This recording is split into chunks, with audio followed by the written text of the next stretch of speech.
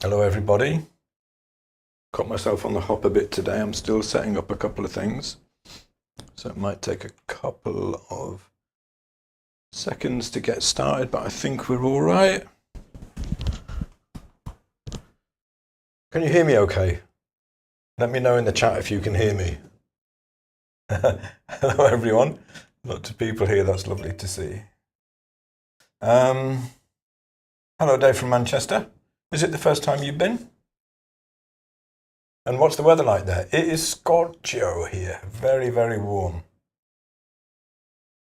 Thanks, Stephanie. Thanks, Jacqueline. Hello, Towson. Good to see you. Hello, Donna. Gillian is here, and Duncan. Good to see you. Duncan says, way too hot to paint today. Not used to the heat. You will notice I haven't got my usual famous grungy smock on today because it's just too warm. Way, way too warm. Hi, Ginia. Hi, Alan. Hi, Donna. Hello, Catherine, who is here first today. And Essa, who is here second. Saneh from Morocco. Nice to see you. Must be warm there. And dry and dusty, I imagine. Is this the first time you've been here? I think it might be. Mark says, is the Winsor & Newton green gold okay, as it's half the price of the Michael Harding? You know what? I think it probably is. You might want to check the tube to see what the pigment is. The Michael Harding one is, where does it say? It's usually on the front. PY, so that's a yellow, PY129, the Michael Harding one. I actually think Winsor & Newton paint is pretty good. Anyway, so today is going to be a slightly more informal, possibly than usual stream. Maybe it's the heat. But as I said in the email that I sent out to everyone, and also on the post in my community earlier on when I was talking about the stream today, a lot of the time when I'm live streaming, I'm either teaching something, I'm demonstrating something, and I try to pack the most amount of useful information into a stream I can. I'm essentially teaching one way or the other. Today is going to be a little bit different. Today I'm just going to paint. I am going to attempt to explain what I'm doing as I go. There's a reasonable likelihood that I'm going to zone out at some point and forget to talk, because today I'm just going to paint, because I think sometimes it's funny. I was talking to a friend earlier on email about this, and when you live stream, because I've been doing it for quite a long time, I paint and I talk and I look at the comments all at the same time, and I've kind of got to a point where it doesn't bother me doing that. But the painting that I do is a couple of things. It's never quite as good as the painting that I do when the cameras are off, because I'm thinking about multiple things at once. And secondly, that it's not the way that I normally paint. Normally, I'm a lot slower. Okay, so I don't want people to get the impression that every time I paint, I'm like out with the spatula and I get something down in about 15 minutes. You know, the flowers are in, you can see the thing, and then, you know, the painting is almost done. If I'm working on my own, I'm a lot slower. So today, expect a slow stream. If you're expecting some of the kind of bravura painting that you sometimes see on my streams, might happen today, but probably not. So I'm going to basically take you through, if I was doing this painting for myself, what I would do in the second session. Okay. So if you haven't done a lot of painting in layers with oils, then today should be at least useful to you, because you will get to learn some things about how you can approach a painting in a second layer. Doesn't mean you have to do it the way I do it. This is the way I do it. But some things might be useful to you, okay? Let's have a look. Here's the painting from last week. So this was last week's Friday live. And this is where I left it. And I don't know if you all remember, like last week I was basically struggling because I was really tired. I hadn't realized it at the time, but I wasn't well either. I wasn't too well because I had, oh,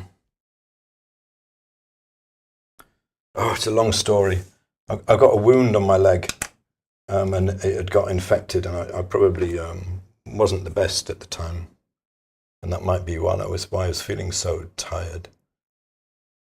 But Robin, thank you. Yes, I am feeling less tired today. I'm now on a course of antibiotics, and I'm feeling a lot better than I was.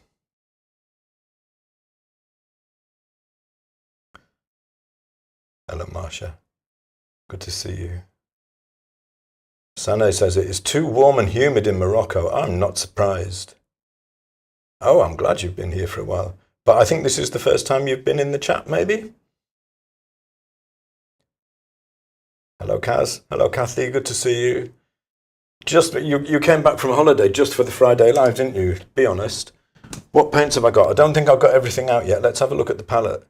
What have we got? Lead white.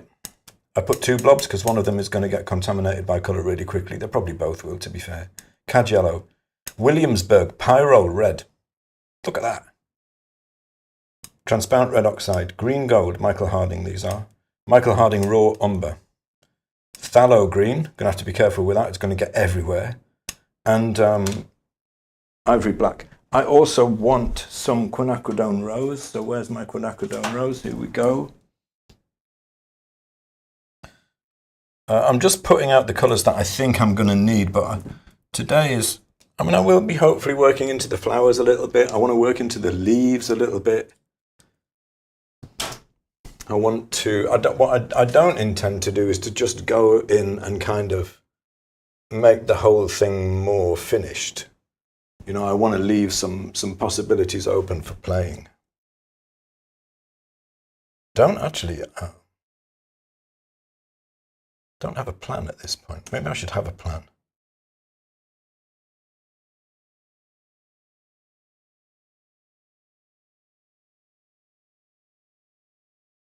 Hello, Gary. I'm really glad you made it to work. We had a critique session, live critique session on Zoom for one of the workshops I'm running at the moment. And Gary joined in his car because he's very busy, and the way he managed to squeeze in making it to the critique session was by joining the Zoom call from his car while he was on his way to work. I'm glad you got there in one piece. I hope you're not in the car now. What you could do is rig up some painting kit. I suspect it would be a little bit dangerous, a bit like using your phone in the car, only like 10 times worse. First thing we need to do on the second session of a painting is touch the surface. Is it touch dry? This is. Which means I can oil it out. Now for me, this is something I like to do. Thank you, Sana. That's very nice of you to say. Ginia, you're right. It really could, couldn't it? Ginia very kindly sent me this amazing tool. Look at that. That's a serious piece of kit, isn't it? For wringing the last bits of paint out of your tubes. So I won't need to replace it quite as soon as I would have to. I'll give it a go on the transparent red oxide and see how it does. Liz says, I've missed a few sessions because of visitors, so lots to catch up with. Just tell them to go home early if you've got painting to do. Nothing matters more than painting, right? Now and then, what I like to do, this is 150 grit wet and dry sandpaper. It's very worn, so it's smoothish. The way I like to start a painting session on a second session is I like to go over the surface, because oil paint can be quite slick, and I'm going to oil this out. I'm going to add a very, very thin oil layer over it, mixed with a small amount of solvent, in order to give me, I'll be able to see all of the values better. There isn't any sinking in because this is the first layer of paint, but it does make a big difference for third and fourth layers. But also, just helps the paint flow. Helps the thoughts flow. So,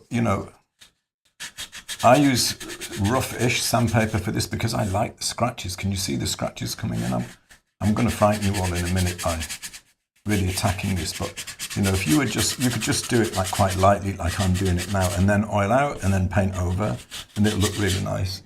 I have got to a point where I like the texture that you get with sandpaper, so I tend to attack the surface. And also, what I do quite often is I attack the surface because it puts me in a different frame of mind. I'm feeling less precious about my painting. It's like, you know, I'm putting all of this texture and life in there, but I'm breaking that kind of tendency to get really obsessively careful about the thing, you know. If you paint with lead white, or indeed if you just sand at all, you should probably wear a mask. N95, you know, a good quality particle blocker. So now when I oil this out, makeup sponge, this is linseed oil with a small amount of solvent in it. The oil just takes, it doesn't bead up on the surface, it takes really nicely straight away, coats the surface really well. Just get it on, wipe on, wipe off.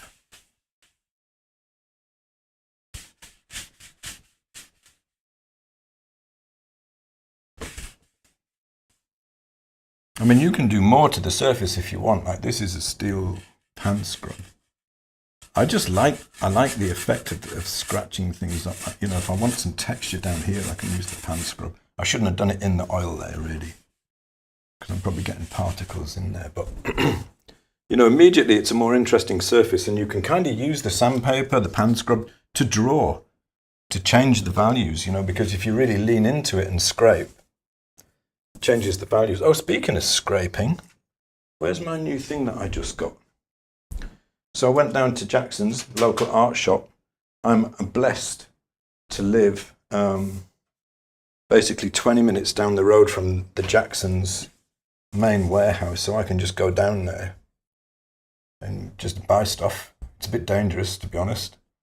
This is a paint canvas scraper.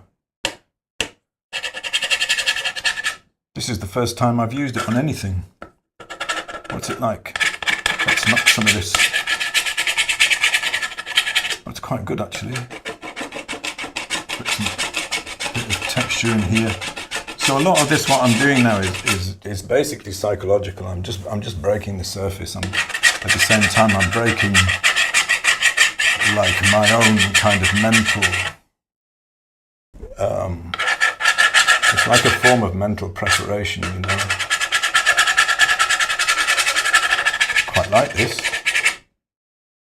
Quite like this thing. Oh yeah, you can get quite a lot of paint off. Right, basically right back to the primer. This is good. I like this tool. You'll be seeing more of this for sure. Definitely shouldn't have done that a bit after oiling out. The only thing I haven't really messed with is these flowers here at the moment. What else have I got? Some new stuff. So you will have all seen this before, Princeton Catalyst. I've got two new ones. It's a really nice kind of more floppy. And then this one has two. We'll play with those a little bit today. And I also got some acrylics, which I'm not going to be painting with today. But I'm going to be heading out. I've already started on my new project of going out on my new motorbike, heading off into Wales. And can't remember what day it was, earlier this week, I went to Gower. Look it up, Gower in Wales, and I went to the Worm's Head rock formation. Oh, so beautiful.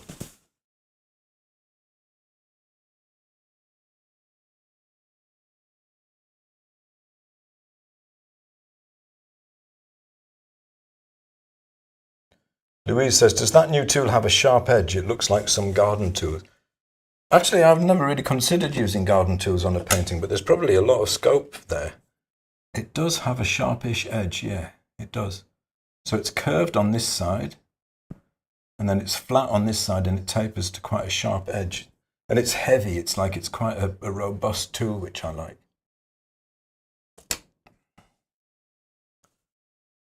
Julie says, I like the scratch look as well. Looks like an old painting. Nice. Yeah, just takes it somewhere, doesn't it, really?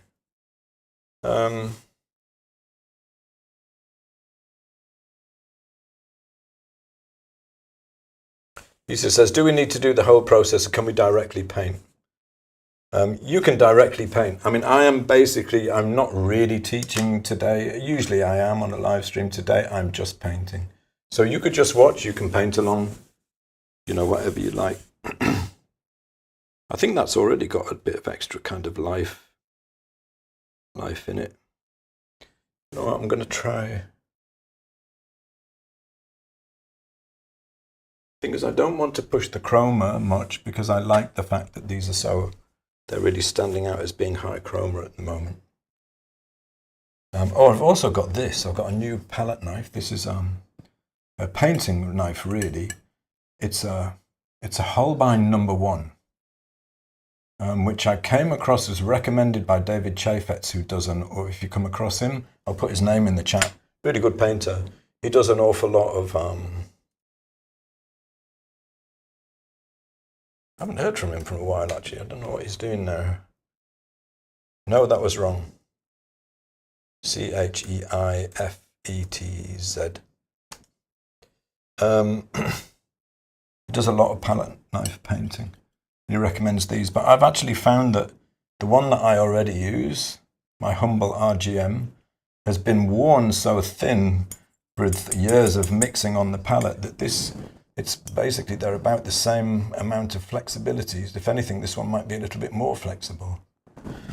We'll see. Maybe we'll play with that today. See what happens.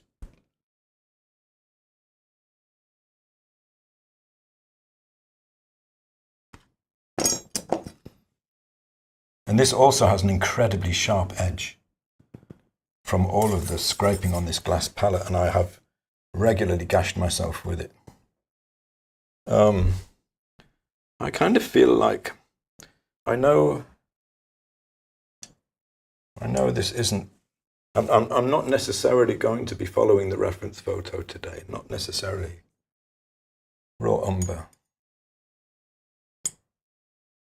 green gold. Put some black in there to drop the chroma. More green gold. Tiny bit of phthalo green. I'm thinking. I'm not color mixing to make any specific color. I'm just getting some colors out and thinking what might happen.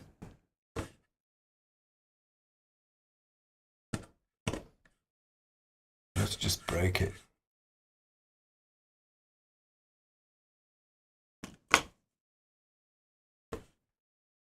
It's just paint.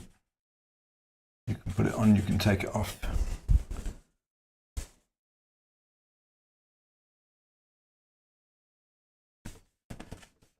Well, that took it somewhere different.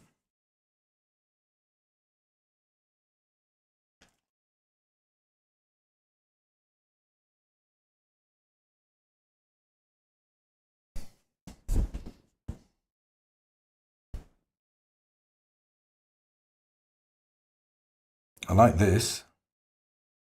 I really like these Princeton Catalyst things. This is immediately, I didn't expect this to happen. I don't really have a plan for today, but immediately it's gone in a completely different direction, which so far I think I like. I wonder if I can still get a really nice high chroma red in there. Let's try painting a beautiful flower against that background and see what happens. Lately, I've been tending to do things like this when I come back to painting, like a second layer on something. I just want to break it. It's hard to explain why, but it's to do with the fact that I like to, you know what, let's have some blue. I like to,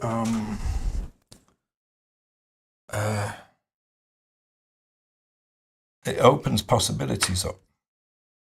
And also it brings the kind of the abstract element to the painting to the fore more, and you can push it like a long way out of where it was when it started. You know, you can push it a long way away from looking like something, and then bring it back again, and you know, kind of meet somewhere in the middle, and you can end up with something really interesting that way.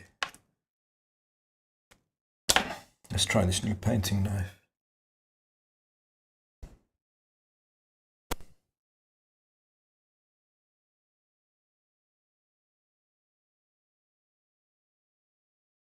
So the painting knife is giving me more texture, and I like texture in the light, and that's a very different feeling than I've got over here where I put this ridiculously dark shadow down where it's sort of softer. In fact, let's just swipe this a couple of times to soften that.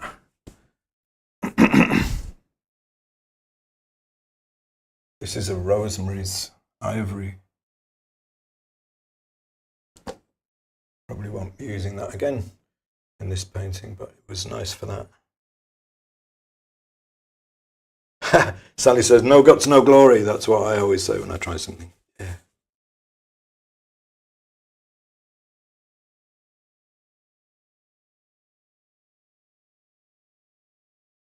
Hello, Colleen. First time on Paul's live chat. Yay! Good to see you. So I'm deliberately moving away from the reference photo. That should be pretty obvious, right? And it seems maybe a little bit extreme, but you know, it's really easy on the kind of the second. Oh, wrong knife. This one I meant to use. Oh, that is nice, actually. Yeah, that is nice. It's really easy on the second session of a painting, just for it to kind of get sort of closer and closer, gradually closer and closer to the reference photo, until eventually you just paint all the life out of it. You know? And it loses any kind of...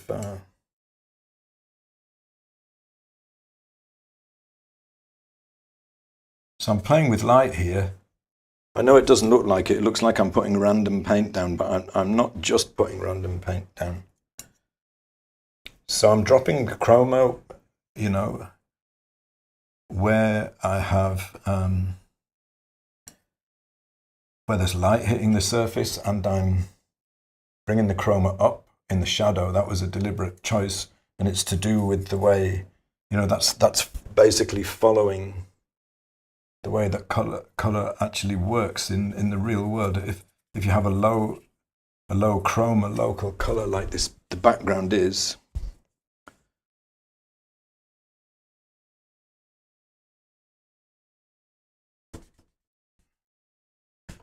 in the shadows you end up with a little bit more chroma, and you end up with a little bit less in the lights. Where did that bowl go out to? The vase go out to originally? I'm not sure now. Up there, probably somewhere.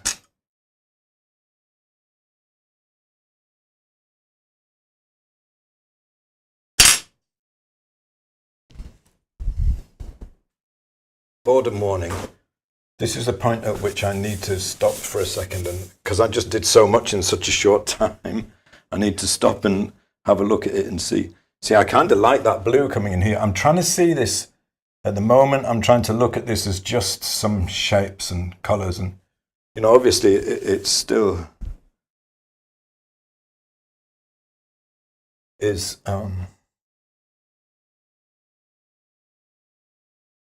related to the subject, but I want it to go somewhere else.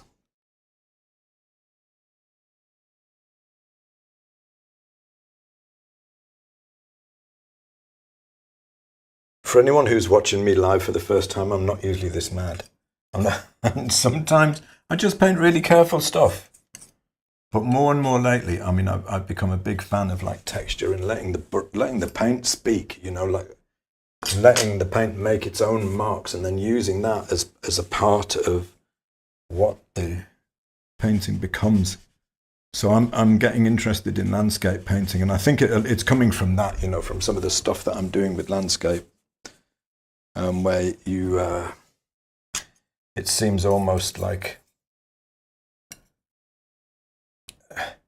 with landscape painting, like the kind of landscape painting that I want to do and the kind that I love is it exists somewhere between reality and abstraction. But it has a strong feeling of light. You know, that's what I want. I want a strong feeling of light still. See, if I have that coloured there, then this would match it here.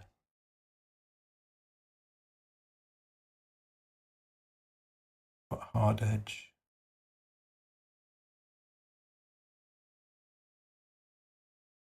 Not everything that I do today will work. Possibly nothing that I do today will really work too well.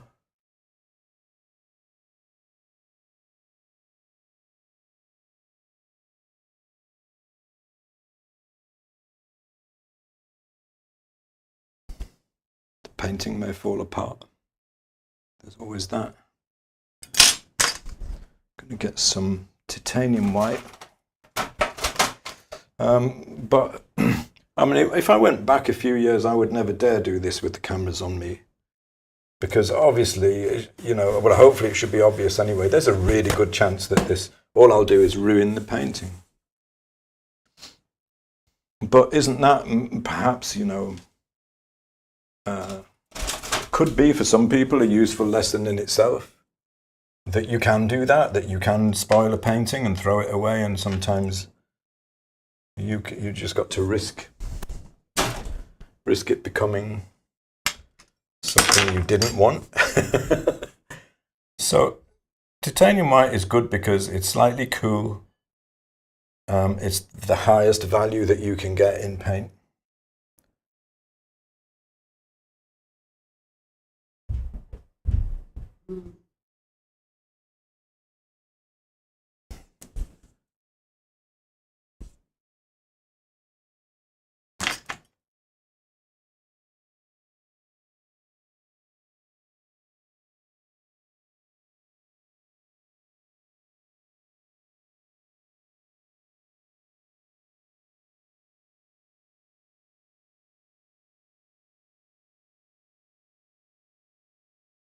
Louise says, do you use boards all the time?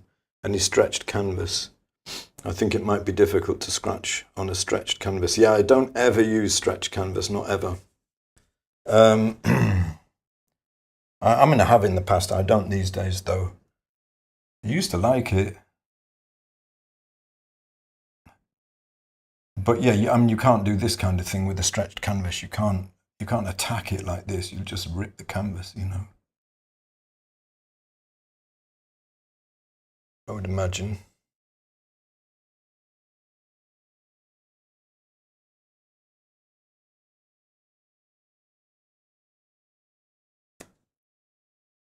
And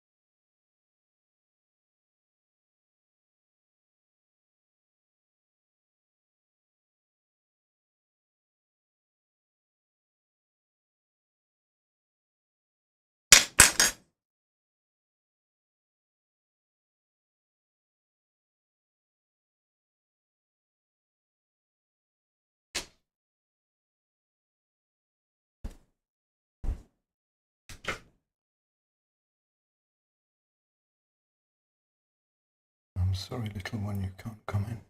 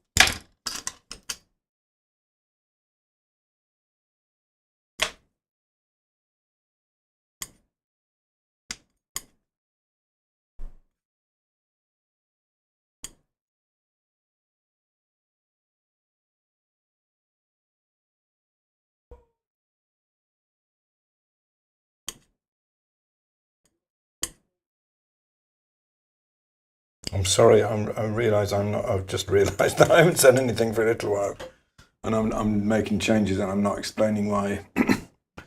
Probably because I'm winging it. I'm winging it. So it's hard to really.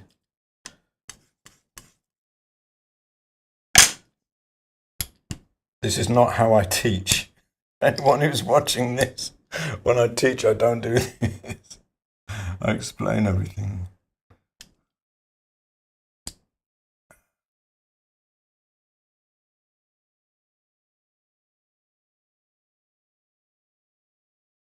Something different going on at the moment.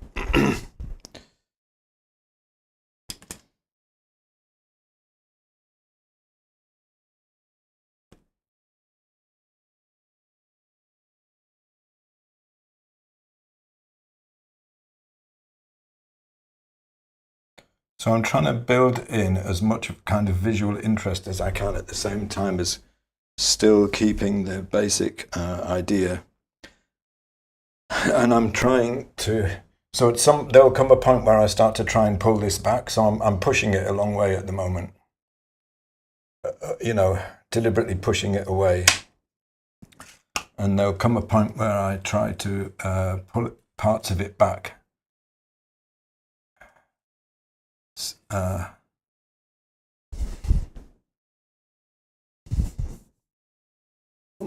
losing something there.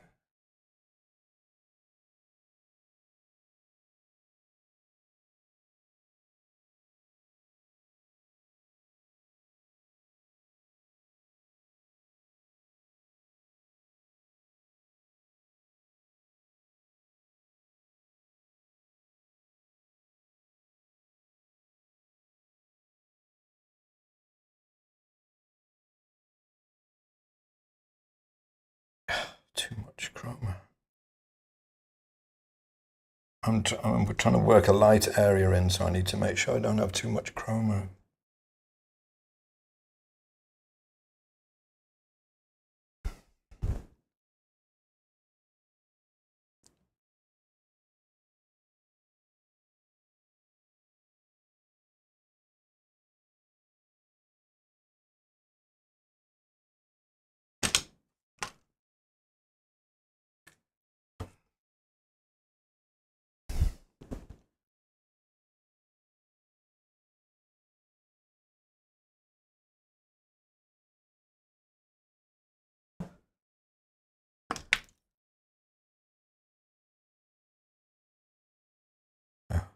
Big mistake.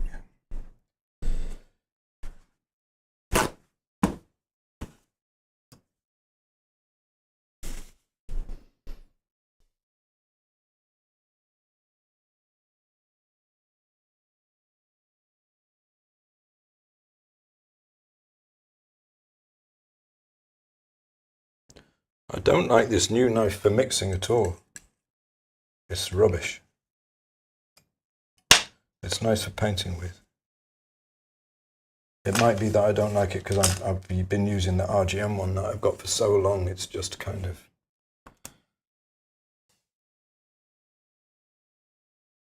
So when I'm looking at this and making decisions, I was explaining this the other day in a teaching session. So when I'm streaming live, I monitor the stream on a very large screen, color-corrected screen, but it's on the other side of the studio, so I can't see any of the detail when I look at that, and it's really easy to see the whole thing. So I'm flicking my eye from that to what I'm doing here, to looking closer up, and I can really easily get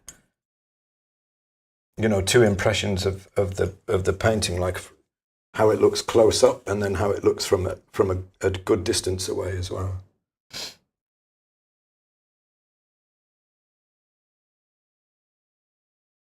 The color overall is pretty close to the original, though. I find a lot of the time, like I like natural color. I think it's because I've spent so long learning about it that I've become fascinated with very natural color.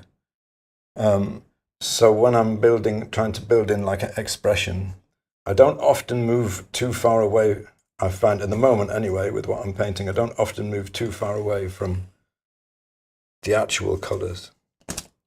Sometimes do.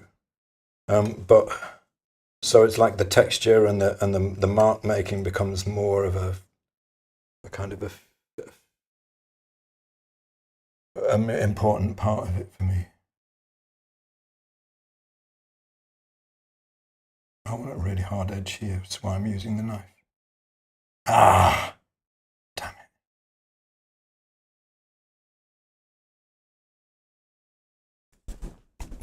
Damn it.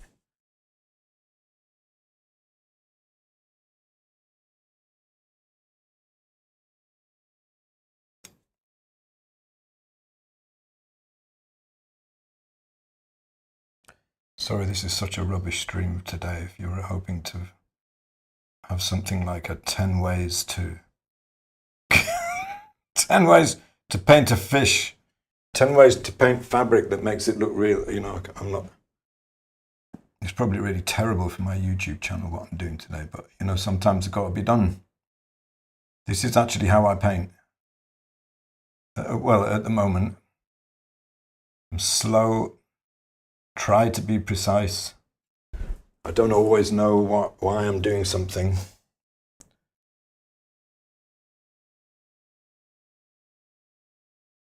I know I want an edge here, and I'm just looking, you know, I'm looking for the edge basically, looking to find a way to create the edge. I want this really thick. You probably can't see it with the paint. There's really thick because I want this to appear to come forward.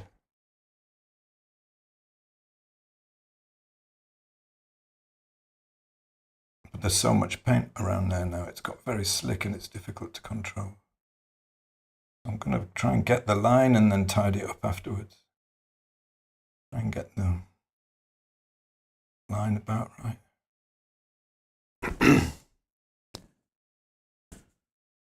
So I'm looking for this, like compositionally, I'm interested in getting this line in here.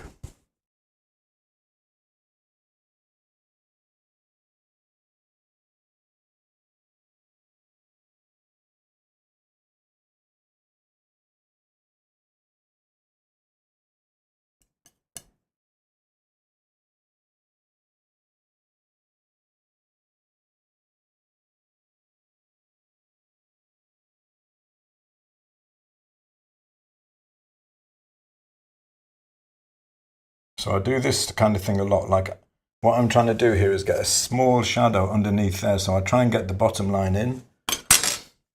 Don't worry about what else ends up on the panel, because then I can just take everything else off and hopefully just be left with that suggestion of that where I wanted the line to be, the shadow, a little bit more definition. Lost the curve. Ah! I lost the curve though. Try going into it.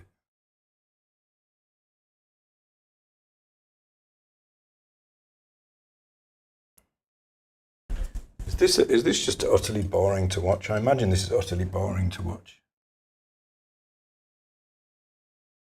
Someone just painting.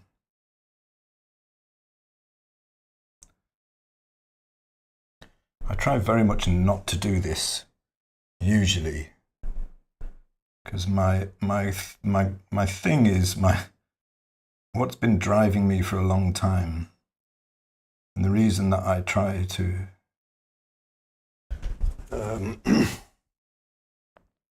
put out a lot of free stuff that's hopefully useful, as well as what I do, you know, when I'm running painting. I'm actually running workshops, and I'm actually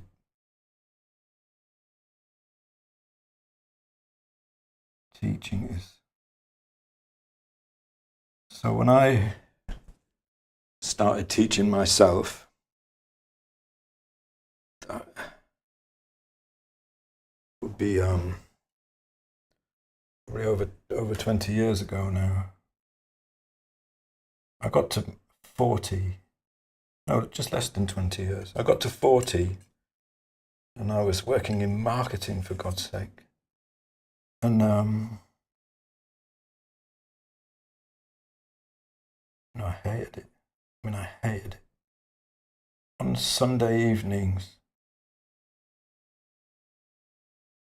when it would hit me that I was going back in for another week, I would actually feel physically sick. Physically sick.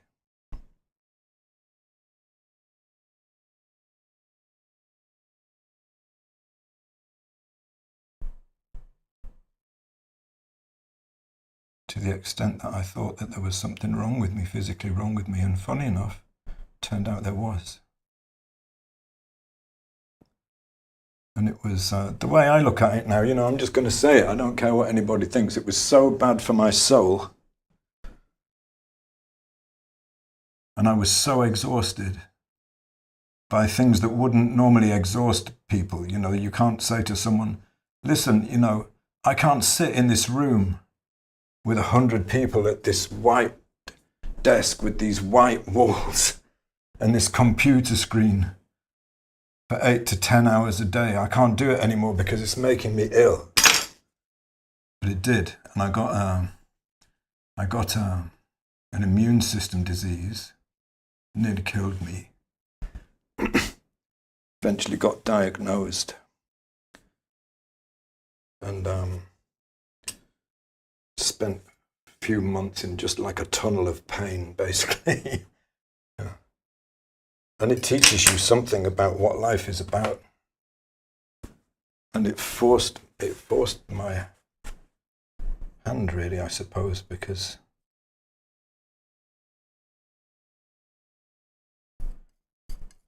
I couldn't work for a while. We had to sell our house because I couldn't pay the mortgage.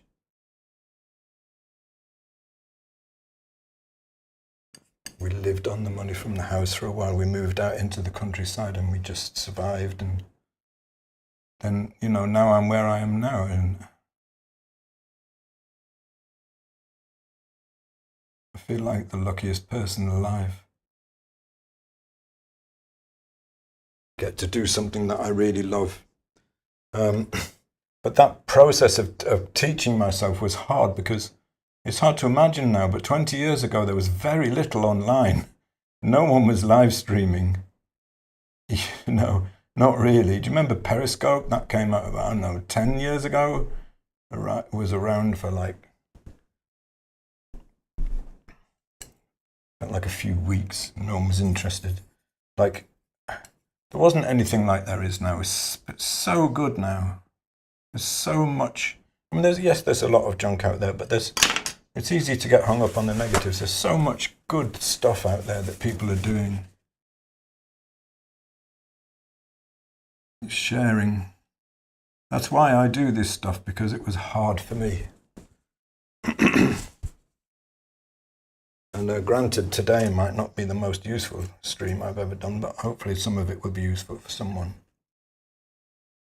I'm sorry, I haven't looked at the comments in quite some time. I'm going to have to get back there. I think it just kind of came back a little bit from being almost like fallen apart. I just want to figure something out on here. I just want to see if I can bring in a suggestion of the top of the water without really spoiling everything. What colour?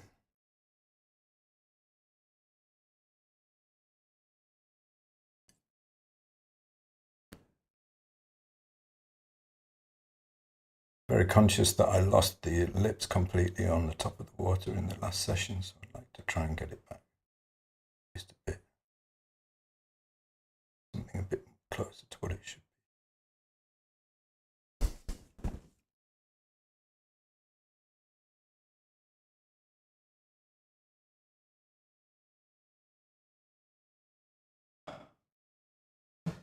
Right, and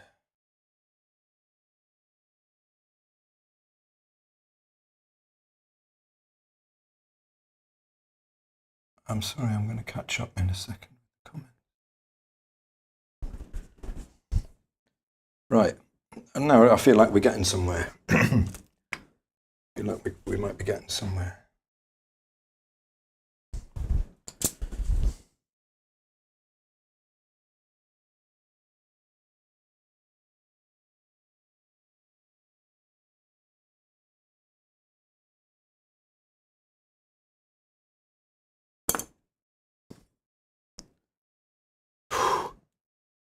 Right, I'm going to have a look at the comments now because I need a break.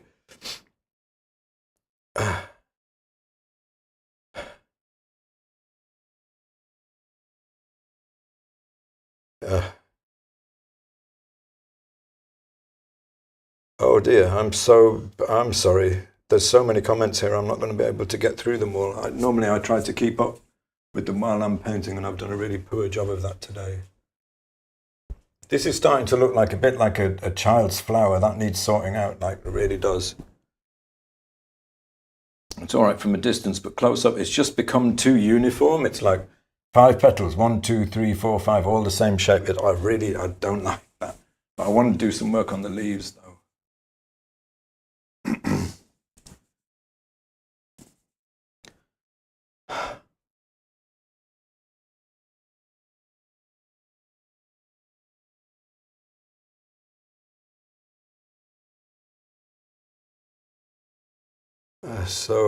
This is an interesting comment. Avalia, I hope I've pronounced your name right, says, after you added the brightest highlights, that will be back when I put these in, I suppose.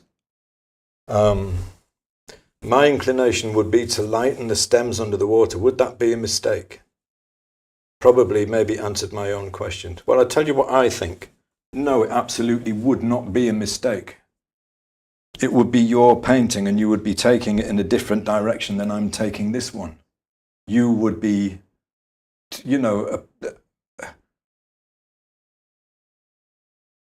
I want to, like painting, like the way I'm trying to do things now, I want the painting to be a journey in itself. I hope that doesn't sound pretentious.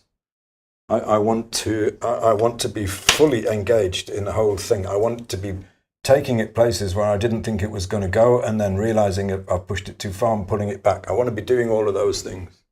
I want to be creating really interesting textures and a lively surface, and creating a feeling of light at the same time. Your painting would be different. That's what I'm looking to do.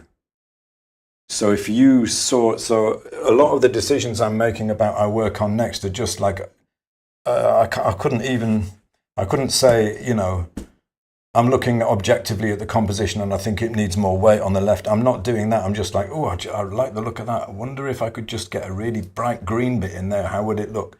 Do you know what I mean? I'm doing that. That's what I'm doing. And then standing back and looking and checking. That's how I'm painting at the moment.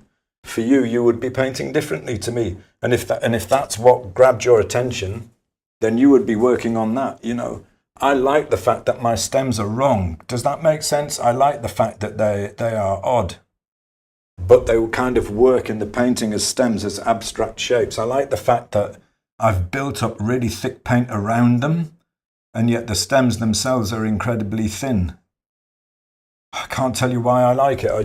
There's something I like about that I don't want to lose, I will go into them more probably. Like I'd like this stem to go, actually, let's do that. I want this stem to go right down to the bottom. See if I can just remove the paint and find it again underneath. Yeah.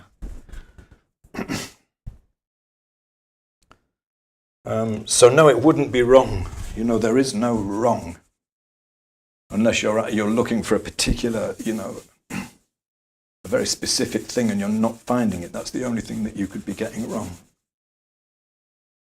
Probably not making an awful lot of sense right now.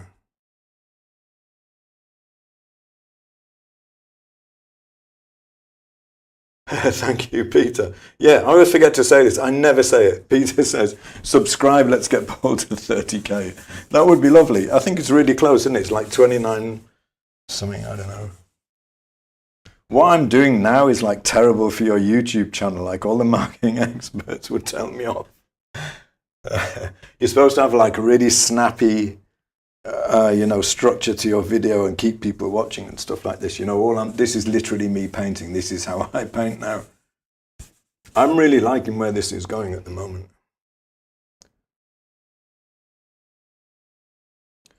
Lauren says, it's reminding me of Maria Oki Dewing's work. I don't know who that is, actually.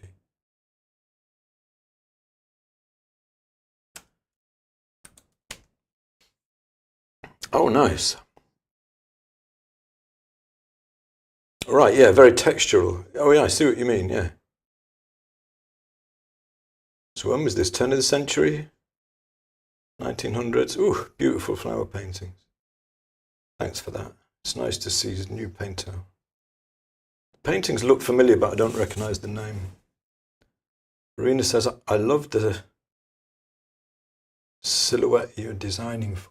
Right, yeah, I'm trying to, make shapes. That's why this one is bothering me, because it's too uniform, you know. I'm trying to create the feeling of the flower out of a collection of abstract shapes, and it's become too uniform. Suzanne, hello, good to see you. She says, how will he approach the windows? I already did. What did I do? I just scraped it out, I think, with the palette knife.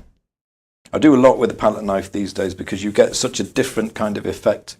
A lot now I like playing with different ways of making textures, which pulls it into a different direction. Like, you know, I'm just going to say this. I want this, what I'm doing here, I want to have an emotional reaction to it. And if I just try and paint really closely to the reference photo and I make it look exactly like it to the best of my abilities, I won't get that. I won't get it. How can you put it into words? I don't know.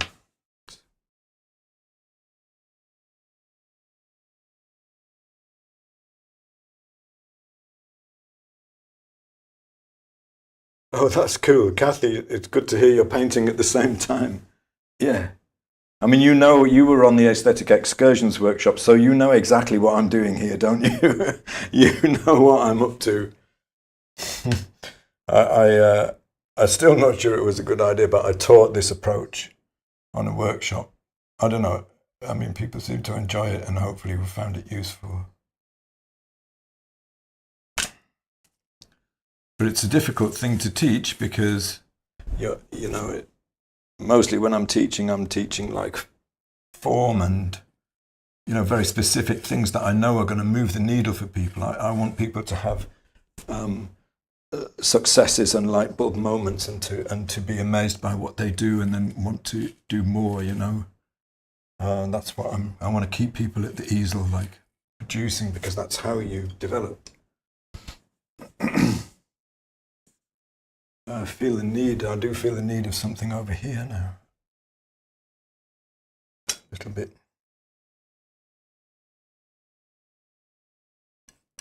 Sorry, I will try and catch up with some more comments. I've just stood back long enough to be able to see. Like, just something a little bit more resolved. Not the whole thing, but, I've got no hard edges here. I've only got this kind of... Oh, you see, I like that leave that scratchy quality in some of it, though. But we're just going to balance it a little bit with some stronger colour. I know it's not this strong in the photo.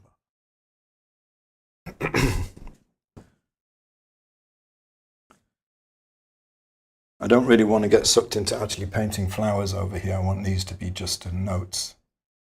And these... I don't know how these have come out. I'm not sure. I'm not convinced. And that maybe I just need to let them sit for a bit and think about it. This one I don't like. I like the colours. I like some of the marks, but it's just become very uniform and it needs maybe another session. Robin says, Paul, are you planning to sell this painting? Well, if so, how can I buy it? That's very nice, Robin. Thank you. I don't know. Is the answer? I mean, it's happening in front of you, so I don't know if it's. I don't know yet. I will say this though. I recently had a technical problem on my website, and it's a WordPress site, and the plugin I use, WooCommerce, it almost brought my database down, doing some craziness. So I had to delete it. And then as soon as I get some time, I get around to it, I'm going to reinstall it and hopefully it will work again. Because I used to auction paintings on my site until very recently. That's why I stopped, because it broke my site. Almost. But I do have a bunch of paintings, some of which are varnished, that I do want to sell. They should go out into the world and hopefully make someone happy. So.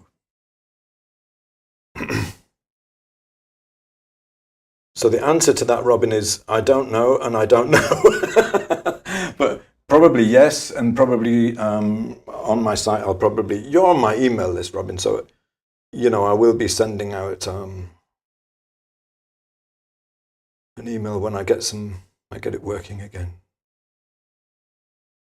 Fran says, I have several Holbein painting knives. I agree, not good for mixing. Aren't they funny, Fran? There's something about them. They're just not, it's like they don't work really.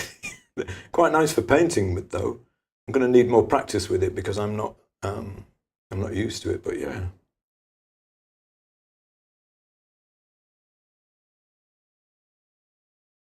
Jacqueline says, this is great, real. I love it. Good, thank you. Oh, this is nice. Oh, I'm glad, because I've been worrying. Obviously, I've been worrying out loud, haven't I, about boring everybody today with this painting, with this stream. How long have I been going? Just over an hour. I did warn you, though, to be fair. I did tell you at the start, didn't I, that I was going to be drifting off and just painting today. This is what happens when I'm just drifting off and painting. This is where it goes. I like it. I really like where it's going at the moment. It's like there's enough of the reference photo in there, but it's got a kind of I don't know, something to it.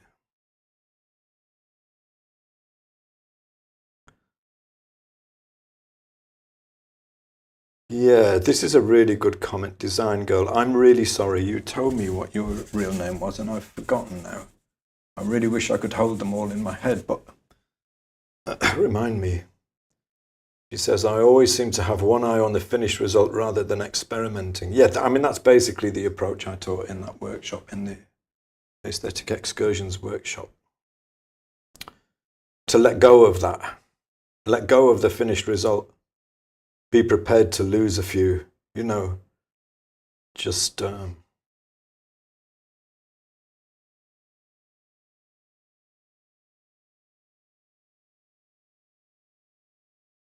We all have our processes. Yeah, I mean, my process is evolving a lot, and it's not always the same.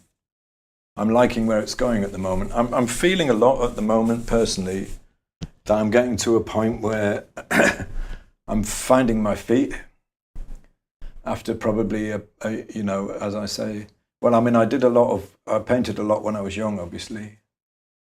Went to art college, got thrown out. And I feel like at the moment I'm just kind of finding a place where it feels like what's coming through is me more. And what I'm doing here, is I can see this like using similar kind of techniques on a landscape. Robin says, Paul, are you self-taught? That is a really interesting question. Yes and no.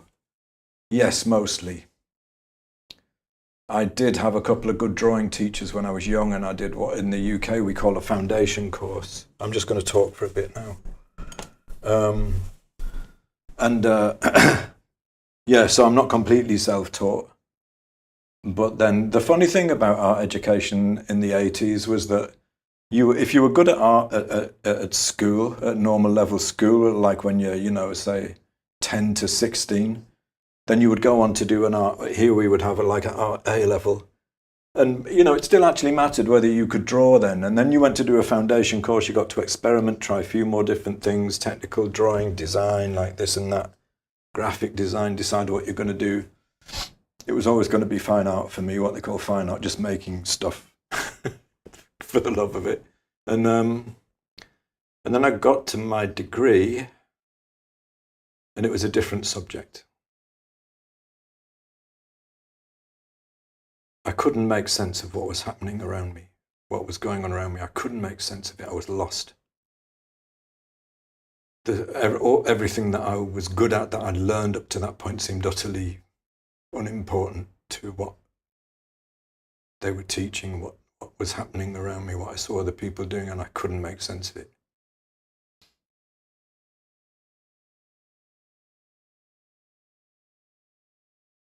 And then, so I actually supported myself doing street art, copies of old masters, which is I credit that with a lot of learning about how to create form. Leonardo da Vinci is fantastic to copy. His form is so clear. You know, if you want to learn classical form and the modeling factors that I teach now, a lot of that came from Leonardo da Vinci. Just used to copy, and I've said this before, but I got to a point where I could do the Mona Lisa from heart. I didn't even need a reference photo to work from. I could just sit down and do it. You know, like 10 feet by 20 feet Mona Lisa on the side, on the pavement. And then I ended up getting into computers, funnily enough. Just got fascinated and obsessed, and learned computer programming, went to college, got really into music and experimental sound, did that for a while, then ended up having to get a job to survive, because I could do computer programming, got into building websites, marketing from there, and then I hit 40 and I realized I was wasting my life.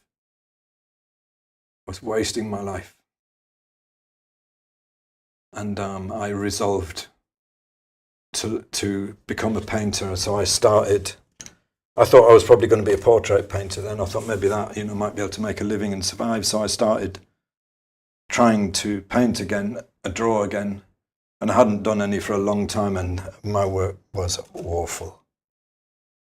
I mean, well, when I say awful, it was like, in my head, I still felt like this person who had always been into art and could draw. And then I started doing some stuff and I realized I couldn't really. So I went back to square one and I started teaching myself. I got all the books I could find, the Betty Edwards book, got a lot of really junk books, Secrets of the Old Masters and all this nonsense. Still see that nonsense being peddled on YouTube, holding people up. But I found some good resources, Came across the Barg book and met Graydon Parish through that. He contributed a lot to what I was learning earlier on. He introduced me to Munsell. So, he's a strange guy. He's difficult to get on with, but incredibly difficult person. But he contributed a huge amount for which I will always be grateful to my learning. But mostly it was just hard graft, basically. Yeah, working things out. And I sometimes wonder if it's helped me teach more, that struggle. I had to go down so many kind of blind avenues and dead ends that it became important to me to try to help other people not have to go down all of the same dead ends that I did.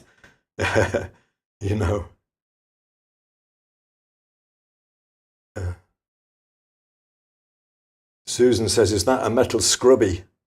Scrubby. I'm going to call it a scrubby forever now. Yeah, it's a pan scrub. Steel wool sort of pan scrub thing. I love it. It's really good for making texture and scratching things up. Irina says, I didn't see the aesthetics. Excursion workshop on the list of course recordings you offered last time.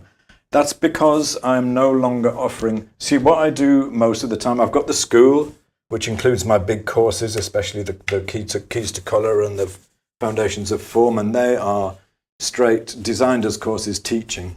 And then also I run the live workshops, and those workshops I make available afterwards for the replays from the recordings, because then you have all of the learning materials available. That one, I loved teaching it. It was probably my favourite workshop to teach, but it was experimental, and I told everybody going into it that it was going to be experimental for me as much as it was for them. And the whole thing was for people to experiment, to push beyond the boundaries of what you would normally do, hopefully find something useful there and bring it back with you. And I haven't made it available as a course to buy because I feel that you needed to be there. It needs to be live, that one, because a lot of the core of it was giving each other permission to experiment. And I don't think that will come across as well without it being taught live. I may do it again at some point. I may do that workshop. I may teach it again at some point. Or do I find a way to do something very like it? It was very enriching for me. It really was. And I think there were probably more light bulb moments in that workshop than any other that I've taught for people who came.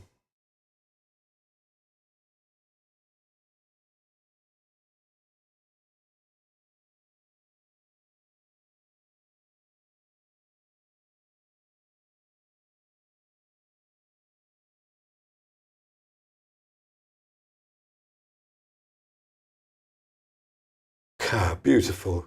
Thank you, Julie. Julie says, all I know is that this makes me want to go paint and create and get lost in time. What a beautiful way to say it. Yeah, that's how it is, isn't it?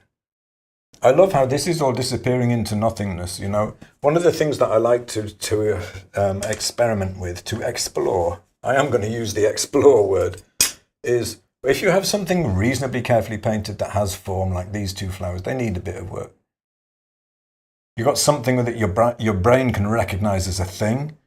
Then elsewhere in the painting, if you use the same colors, you can just almost put random marks down and your brain will read it as more things, as related things. You know, I find that fascinating.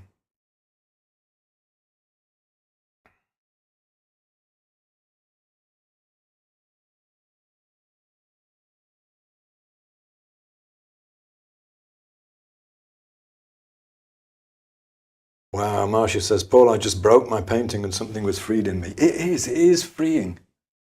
It is, you know, it's very easy to get locked into a particular way of doing things and to get, especially when you're working from photos, to get locked into the reference photo.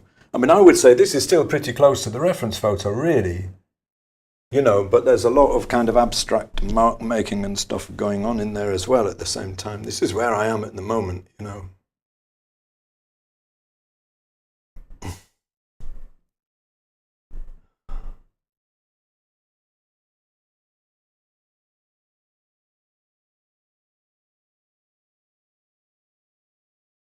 Tasha, that's brilliant to hear. She says, 20 years ago, I was in a similar situation to you. Yeah, right.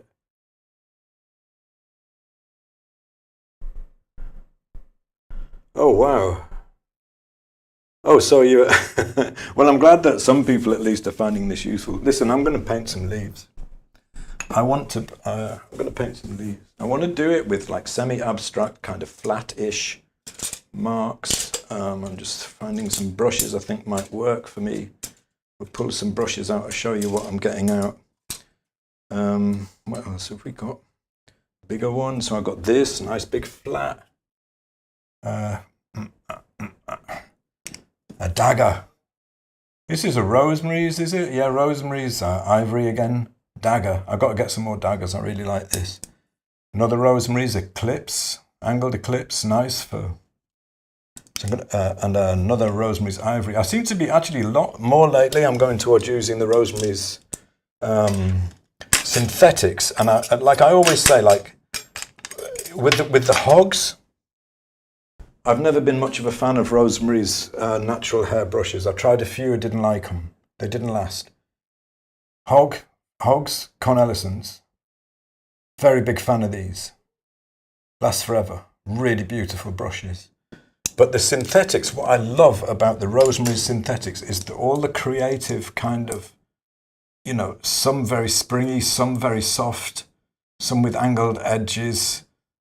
You know, there's a real wide range. And I like that because it gives you more kind of, more of a vocabulary of marks that you can make. Just going to take that. Actually.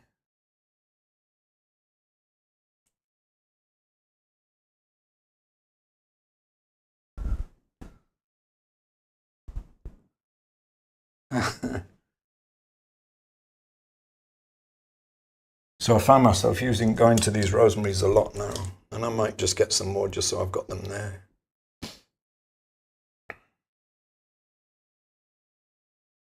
Robin, if I can provide you with some hope, that's probably the most useful thing that I can do. But thank you. I hope so.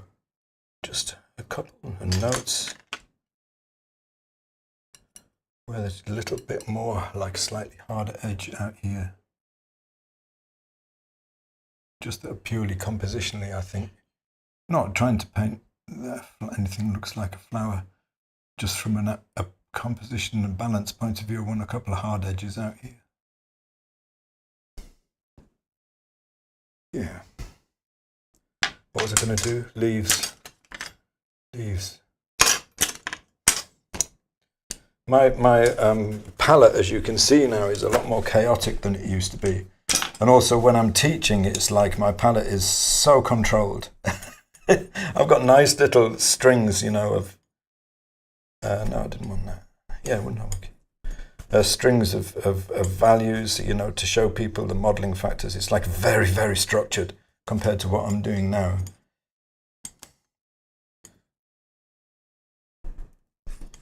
So we've got some really yellow greens. We've got some slightly more blue greens. I've pushed the chroma like right up here. I really like that. I'm in love with this bit here. Just kind of standing out against that dark, vague shadow. And it's almost like there's I'm reading like a dark triangle that the bowl sits into. And I like that, I think. Who knows? May get up tomorrow and think, oh, how do I live stream that? It's terrible. Don't think so, though. Oh, I got some red in that. I have to junk that mix. So I'm just mixing up some colours that I think are going to be useful for painting the leaves. Some more blue green, some more yellow green, lighter and darker, shadow.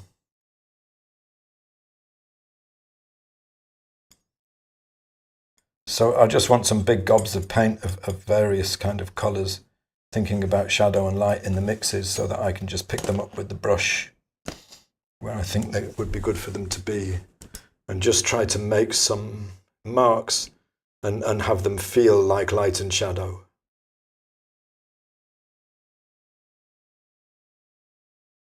Oh. Kate says, have you not realised yet that we love watching you paint and listening to your commentary? Actually, no, I hadn't. I feel that I need to be, you know, teaching. I suppose it's all right to have the odd live stream like this, though, right? I'm really sorry for everyone who's put a comment in that I just can't keep up with.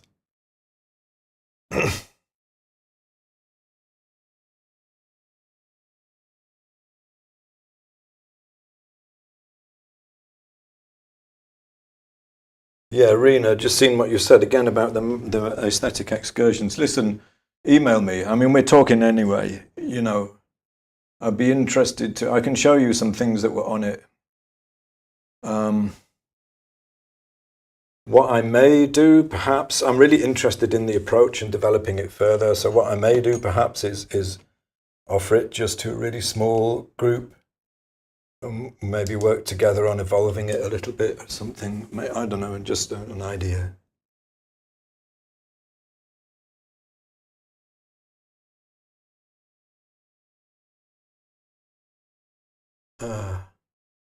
Right, so...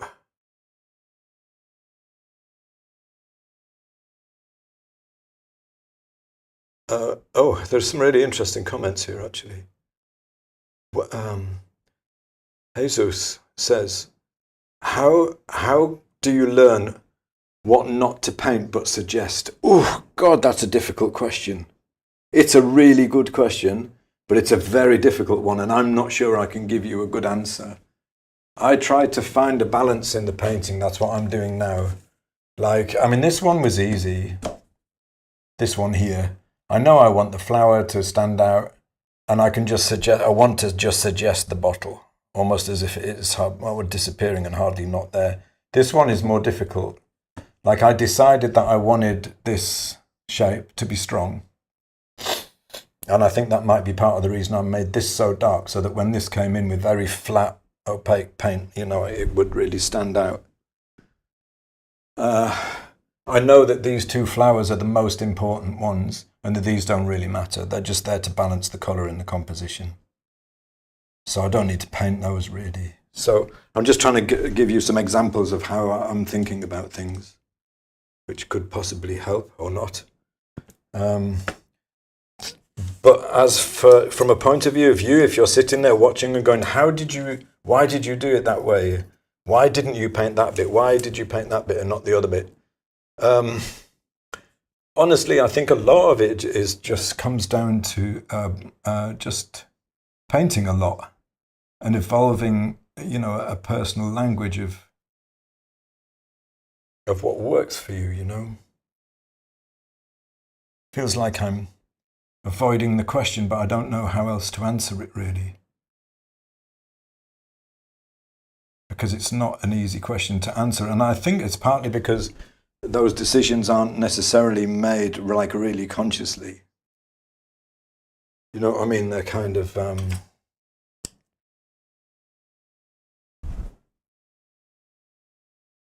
just figured out as you go along, sort of, for me anyway. I tell you something though that might help you. Long time ago, you can still find them on my blog. I did a load of Munsell's studies. This is actually going back to talking about Graydon Parrish earlier on. One time I met him in the US, and he said, "Do you want some homework?" I was saying how useful the Varg thing had been, and he said, "Do you want some homework?" I said, "Yeah, great. Give me some stuff to do. I want to learn." And he said, "Get 10 spheres, paint each one of them, or 9 or something, whatever it was. Paint each one of them a different value from the Munsell scale, and do paintings of them in different lighting conditions." I mean, that's a kind of a abbreviated form of what he said. So I did, and I suspect he wouldn't really like where I went with it, but because he's really into clarity and classical painting, But I did that. And what I found was that if you really nailed the values, like really nailed them, and your edge control was good, so you had hard edges in the light and soft edges in the shadow, if you managed to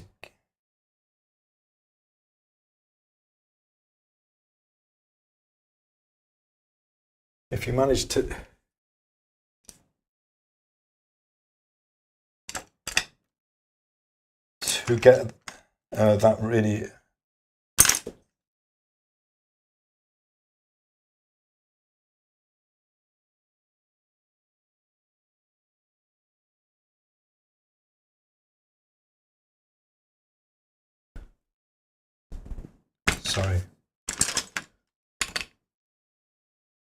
if you managed to get that really well, you could create really strong feeling of form, and you could be really free with how you put the paint down. You could just really suggest it. And I learned a really good lesson then, that if your color is really good, your drawing is good, and your values are good, you can be really, really free with how you paint things. And I'm still finding the extent of that lesson now, I'm still finding like how far you can push that now.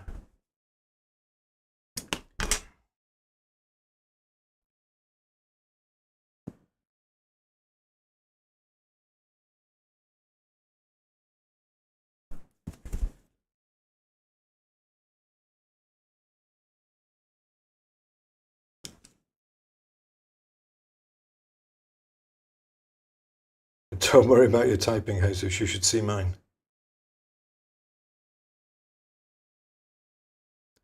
Let go my Lego. Can I just say your YouTube handle is absolutely awesome. What a brilliant YouTube handle.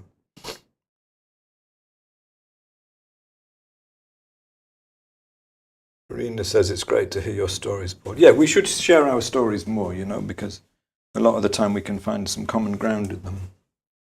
And let me just say, Irina, thank you for sharing yours in the community. It was very touching.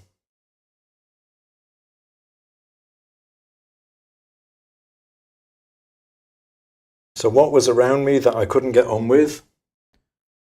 it was the 80s, so we've gone beyond painting. You know, it was installations and postmodernist stuff.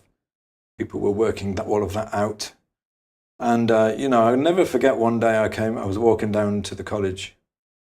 And I got to the college and there was a girl on a pair of stepladders outside the college, sticking price tags on the leaves on one of the trees outside the college, and looking around to see if anyone had noticed that she was doing it, and smiling and you know.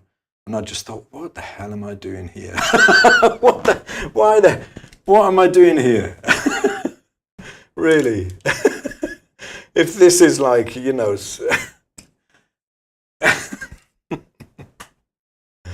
Oh dear.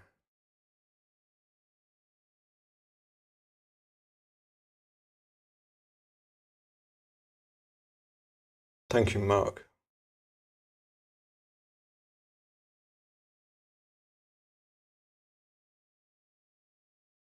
Yeah, Arena says, I love sessions like what you're doing today. It makes me feel I'm really observing how you are painting in your studio when you're not teaching us. That's exactly what I'm doing, basically.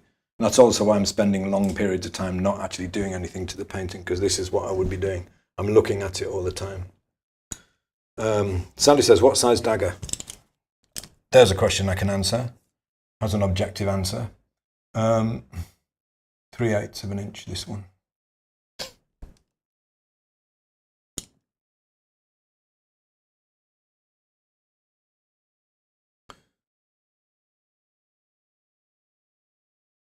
Donna says, will you be bringing in that bright white highlight in the bowl lower left? I've been thinking about that, you know, and I don't think I'm going to.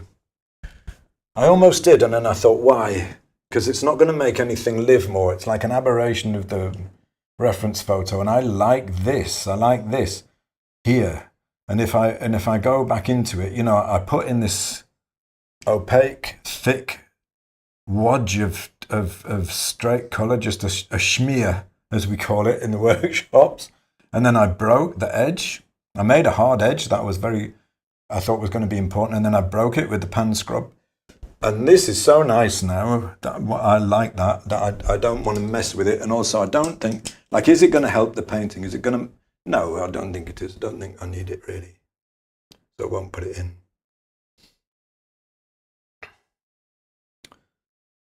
Sally says, I want to be included in aesthetic excursions. I'm not getting any. I mean, maybe I'm wrong about this, and maybe, you see, for me, it was nerve-wracking because I'd never taught like that before. I like to teach specific things that I know are going to move the needle for people. And this was, it was something else. As I say, it was more about creating a space and encouraging people to experiment. And some of the experiments were wild. A lot of them were beautiful. Some of them weren't, you know, some of mine weren't. It's just the way it goes when you're painting, you know. Oh, I like this. Kate says you have beautiful green ghosts around the periphery. Yeah, I like those green ghosts.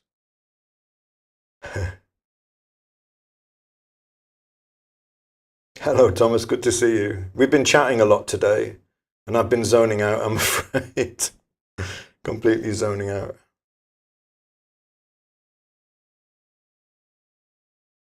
Carl says, I tell myself to look at the piece through my eye as an artist, not an observer. I paint better and experiment more, and sometimes I even feel like I've reached cruise control. That's a nice way to put it, cruise control, right? Yeah, the zone.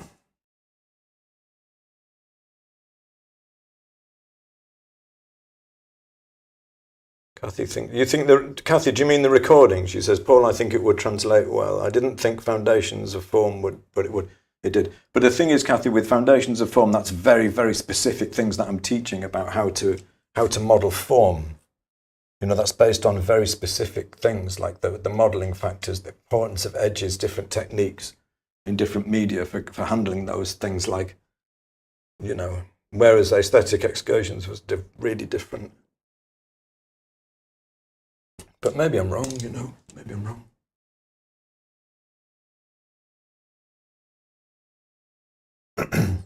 Leaves. Do you think I'm avoiding them? Maybe I'm avoiding painting some leaves. Let's paint some leaves. The part of the thing is like that the painting is at a point now where I like it, and I don't know if I'm going to ruin it now. Let's hope not. Fortune favours the brave.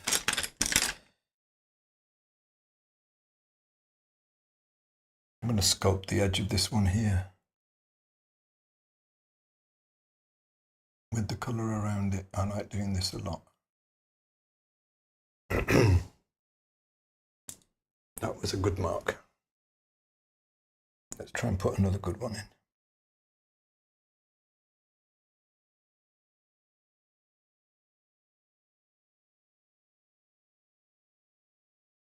That one was not so good.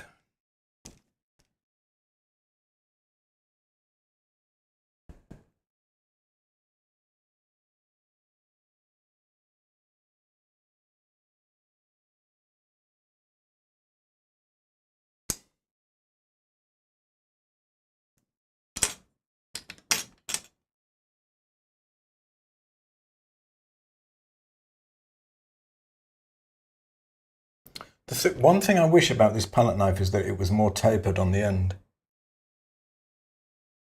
And maybe we'll see if I can get a more tapered one.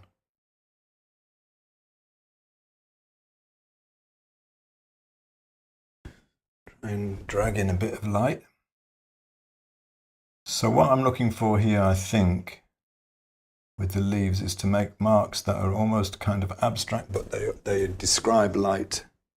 Describe the light. Sometimes it will be a brush,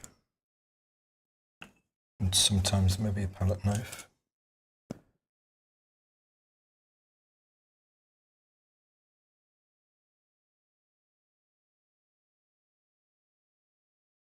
Dark enough. So I want to shadow.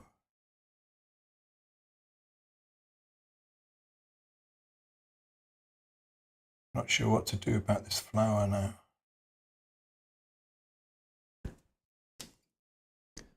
I kind of feel like it needs to be addressed, but I'm not sure. I'm going to go back to it probably. I'm giving up worrying about whether I'm going to get anywhere near finished with this painting today. And I'm just going to try and make some nice marks now. That describe things but also are nice in and of themselves.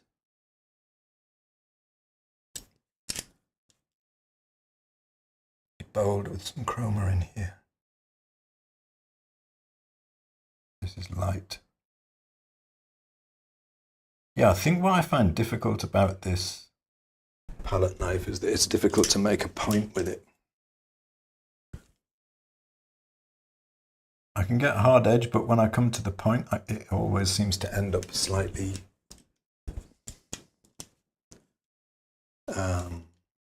rounded.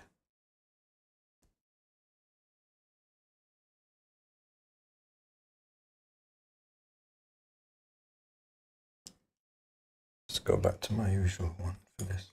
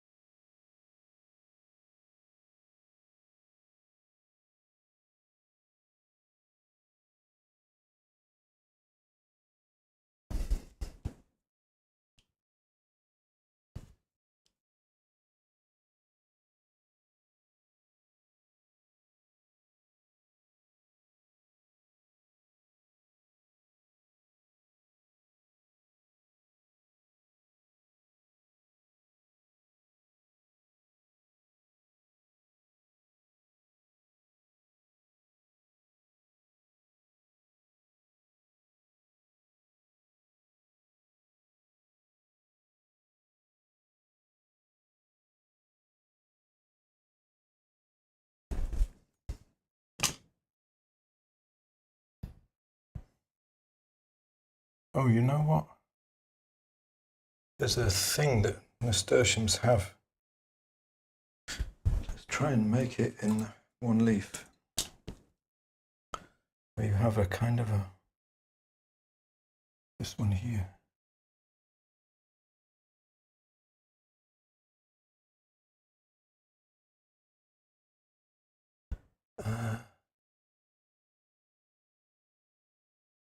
I'm going to have to just try and build it.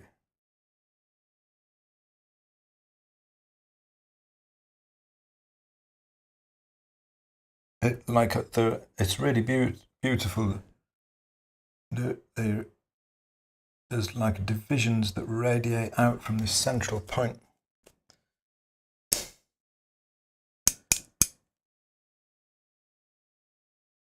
So I need to make like some light and shadow marks that go towards this little lighter dot that I just put in, and see if I can make it feel like.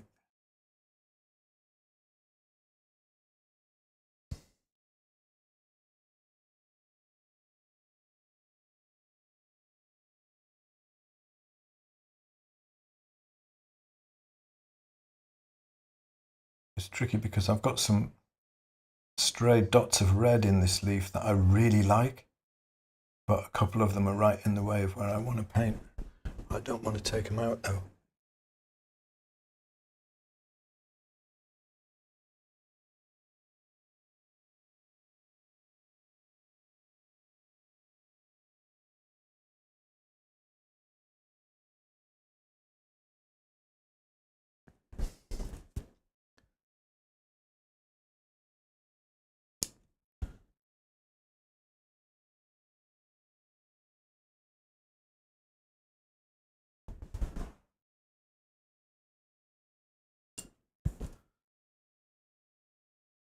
Probably like about 4 people still watching. The 4 of you that are still watching, I appreciate you being here.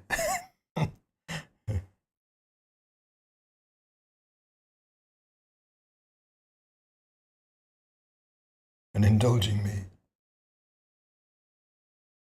Am I going to make... See, like a lot of the time I used to think about, like, get the colour. Now a lot of the time I think about, get the colour, and how can I make a mark with it? You know, how can I make a... What can I use to make a mark with that colour that's going to work? What kind of mark do I want to make with it? And I hopefully end up with a series of like interesting marks that kind of evoke something. Hopefully, like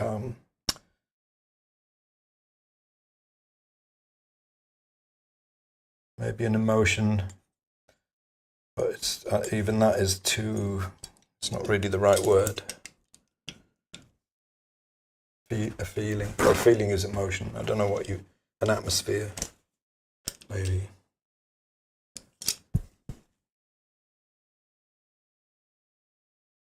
Atmosphere is a better word.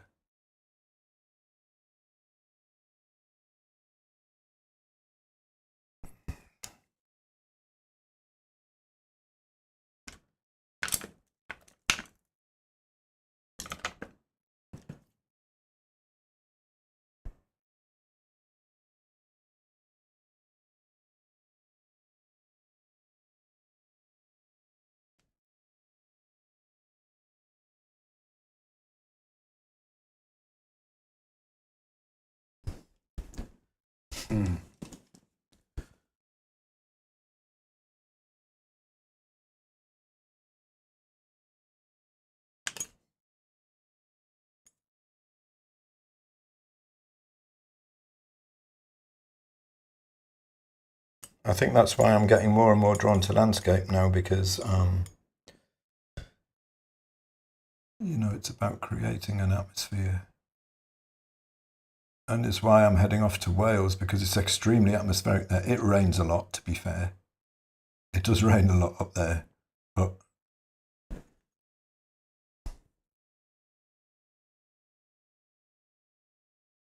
it's in the mountains. It's very atmospheric. Whoa, got a dodgy mark in there. leaf is proving a bit of a challenge. What I'm looking for is I want to try and paint enough so that I get a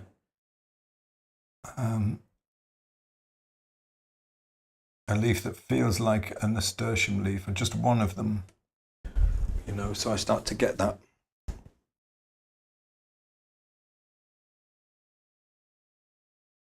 An impression of a nasturtium leaf. And then all of the rest of them will just feel like nasturtium leaves if I can make one of them feel like one.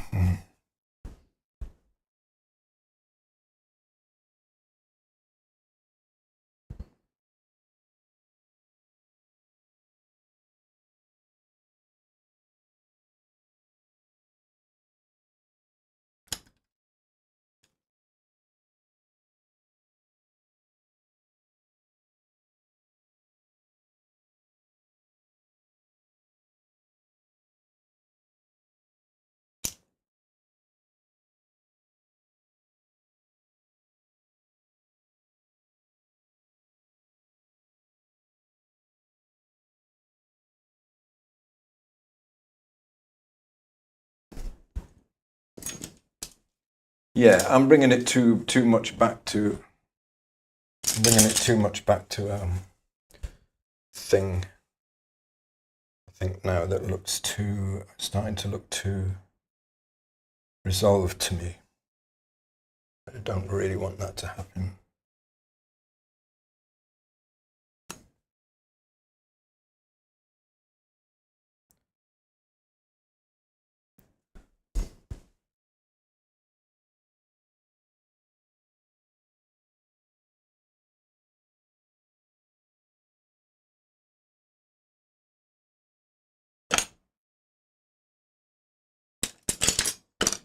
I've really got to find some way of organising my tools. My palette now, it gets so out of hand with all the stuff that I've got here. I've been looking at getting a new easel that would have like a paint tray so I can put some of the tools there. And I think that's going to help. Let's talk about easels. Who can recommend me a good easel? What I want is an easel that, I mean, this easel cost me 100 quid about 20 years ago, and it's about time I got a new one, isn't it, really? So I've been looking at the Richardson Santa Fe 2, you know. I need an easel that allows me to put a painting like this up, so I don't have to use my blue tack anymore, because I can stick this onto the board with blue tack. I can move it up and down, and have it vertical for the camera, and it won't wobble like this one when I attack the panel, you know. I think this painting's finished, actually. I think that's it done.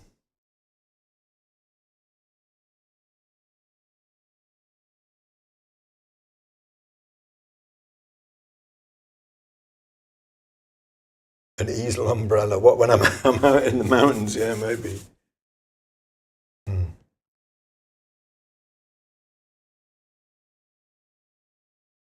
Thank you, PJ.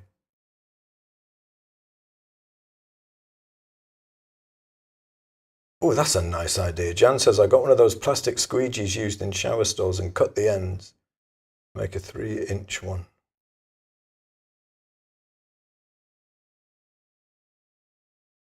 Thomas says, I love this. Thomas, I'm not having a go at you, okay, so don't get offended. If I may comment, that one leaf on the left side, does it demand too much attention?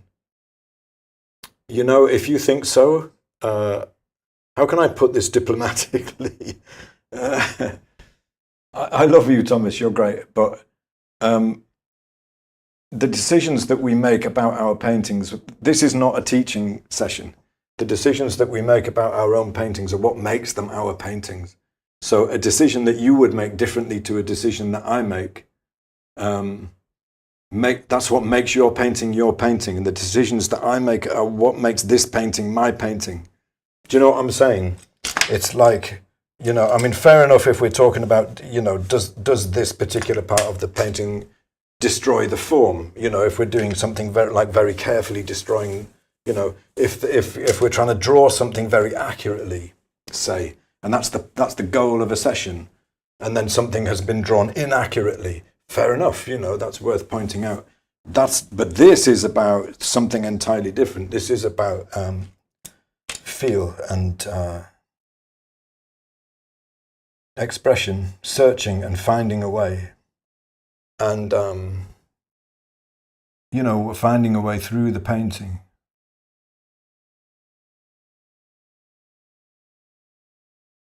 And the decisions that we make build up, you know, into making the painting what it is.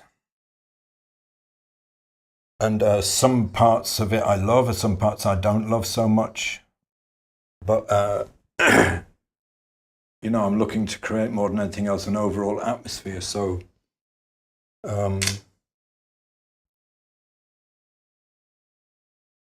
what am I trying to say? Like, if that's what you feel, then you would paint that part of this subject that way. You know, something that would make more sense to you. You know.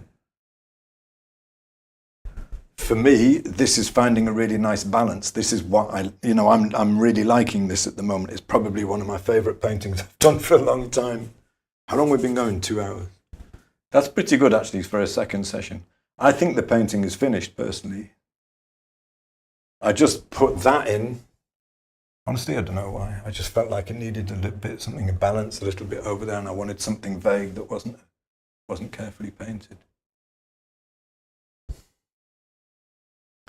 The thing I'm happiest about is that I went in with this new tool, and I just went right at the start, because that kind of set the tone of everything that came after, and I like the way that went.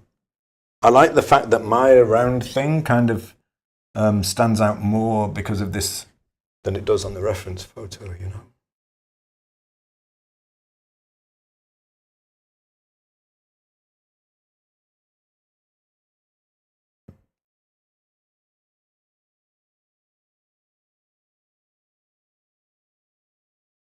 True. Susan says nasturtium leaves are at least as lovely as the flowers. Yeah, they're interesting, aren't they? They are really interesting. I kind of feel like I might have resolved the leaf more than I was planning to.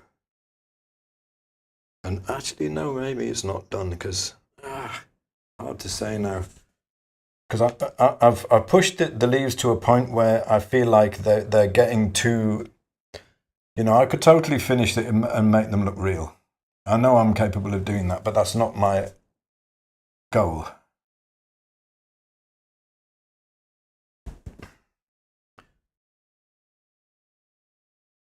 Yeah, I've got to stop on the leaves. I like them, but if I keep going, they're going to get too real. My favourite leaf is this one. Or maybe that one. A thick wadge of high chrome and blue-green.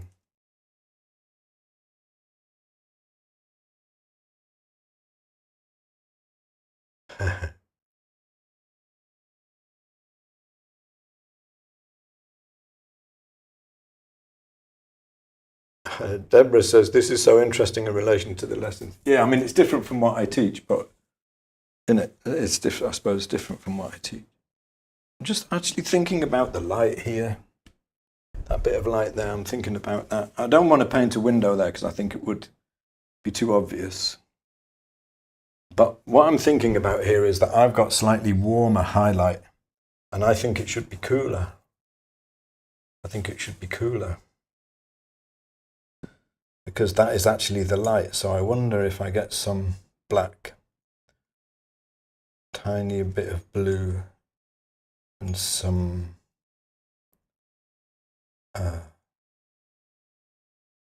use the titanium white. because it's so cool.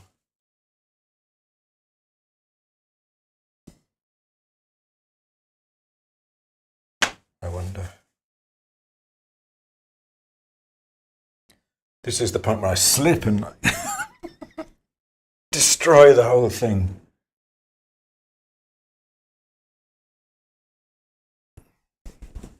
Yeah, I don't like that. I don't like that, no. But maybe I can put it back to a point where I do like it.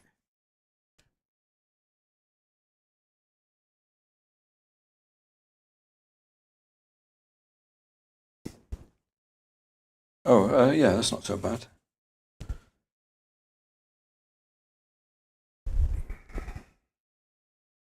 Oh, yeah, yeah.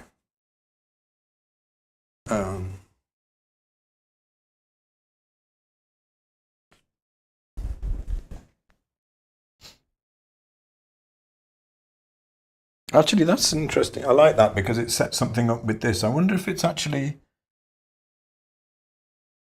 Yeah, it's as... Yeah, we'll go with that.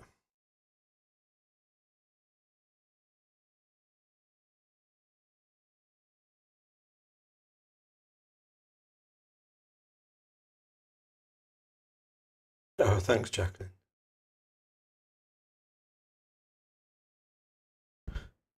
Honora, you're very welcome.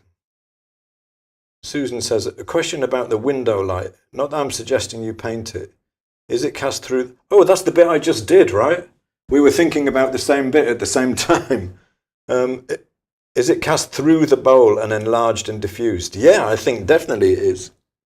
I was thinking mostly about it in terms of the colour. You know, the chroma and the hue. The chroma and the hue. See, the colours of mine, if you squint down, the colours on mine are pretty close to the reference photo, but it's a lot more abstract. I gotta do something. I'm just gonna try something. Try it somewhere, it may not matter so much. Let me do it here. I don't want to destroy this leaf, but it's become a little bit too literal. I don't want to do something just for the sake of kind of...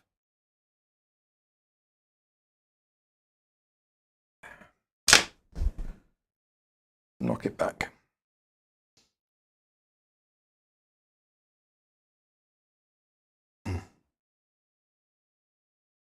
Ginia says, I got a David Sorg easel. Oh, I've heard of those. They're supposed to be brilliant, aren't they?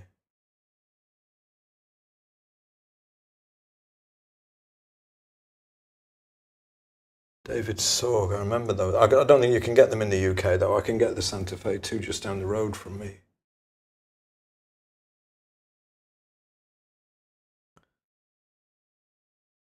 Kathy says, thanks, Kathy. The leaf farthest to the right is so cool. Could you talk about that technique you used with the variegated puddle of paint? Could I?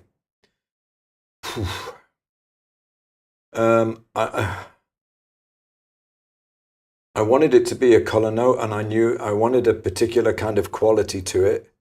I wanted it to be hard-edged, and I wanted it to be smeared. But if I only used a single colour, I don't think it would work quite as well. I need a hard edge. I need to put hard edge back in here somewhere. I'm just looking at that. So, honestly, I wish I could tell you, like, in a really clear way, like I usually try to do, why I did something. That's one of those things that just kind of happened.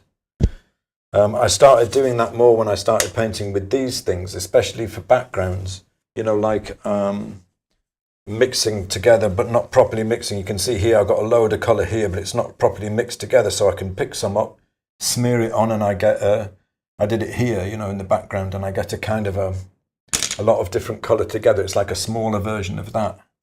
Hard to explain, really, I suppose.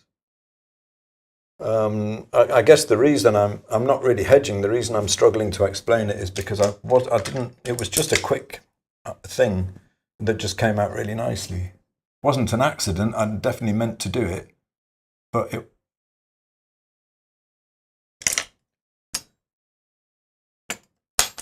I was lucky, I think. Basically is what I'm saying. I was lucky that it came out how I wanted it to. I want to make one edge. I want to make one edge here. It's too light. Damn it. Wrong value.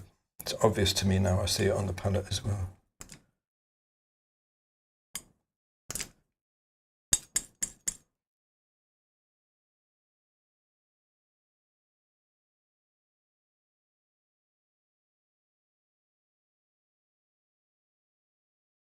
Actually, there's some confusion of the form here. I'm going to take that back up there. I think it's a different leaf.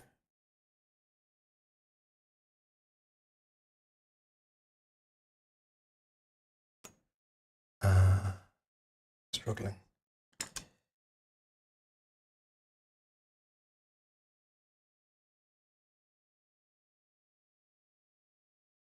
No, see, sometimes if you can't get something in a single stroke, you just can't get the edge hard enough.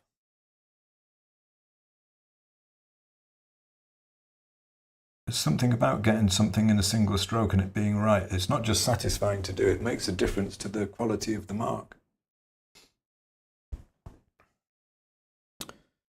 Yes, some confusion there about what's where. Let's try.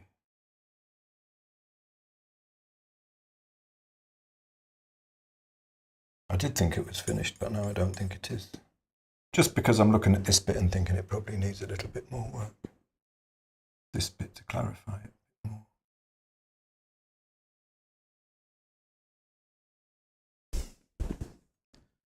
Yes, maybe. Is all right.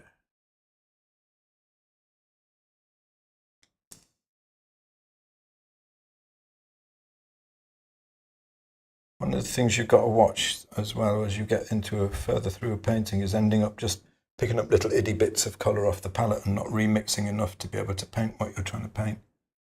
I'm guilty of that sometimes.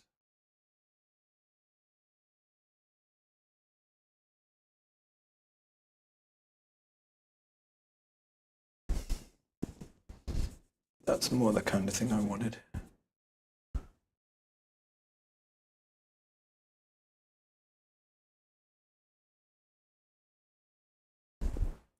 I think that'll do it though. I don't think it needs more. I like that. I think I pushed the chroma on those leaves, but I like it. I think I like it. At some point you've just got to decide, don't you? You've just got to make a call and say, probably.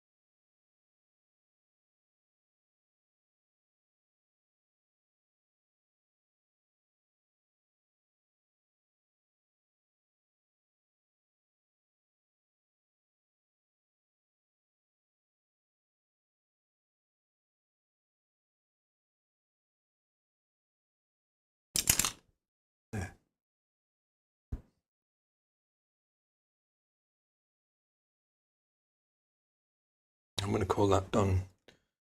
Because the last few things that I added seemed like a good idea, but they didn't actually seem to make a huge difference to the painting. Small difference maybe, but not a big difference. So I think, it's that old thing, like, it's a question I've had a lot, and it is a difficult one to answer. When do you decide that a painting is finished? For me, I try to think when I've made a few marks and they didn't really add anything, but at the same time it's feeling like it's got where I wanted it to get to, that's probably the time to stop. And I think this is the time to stop. Donna, you're very welcome.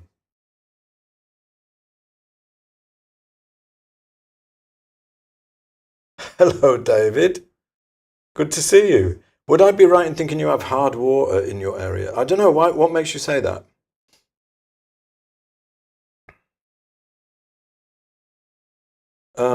Is it because this is because of that? It's not actually cloudy water. I kept on angling the. What I wanted was the background color reflected in here, and I kept on angling the camera and the board and the still life stand until I got it. So I got those shapes. I wanted those shapes.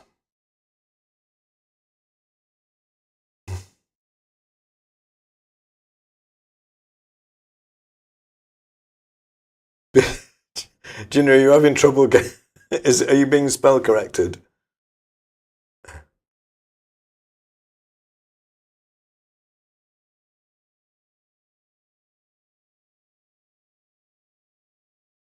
Marcia says, have you ever tried Rosemary's Eradicator brush? Invaluable for lifting off little bits you decide you don't want. Eradicator brush. I'll look that up. Thank you. You know, the amount of brushes I've sold for Rosemary, she has got in touch with me a few times and, said, do you want to join our affiliate program or whatever? I suppose I should get around to it at some point. Right, probably. Okay, we're done. Listen, just over 2 hours today. Thank you so much for humouring me and staying, and allowing me to just paint this one time. Maybe we'll do this a little bit more. Sometimes just paint and try and talk. I realise I didn't do a great job about talking about what I'm doing, but I think it's because a lot of the decisions are not really. Some of them are just not happening at a conscious level. There's no other way to say it. That you just think, I'll try this. And then whilst you're doing it, you kind of think, oh yeah, well, maybe it would be good if I did this with it, But I think we got there in the end. I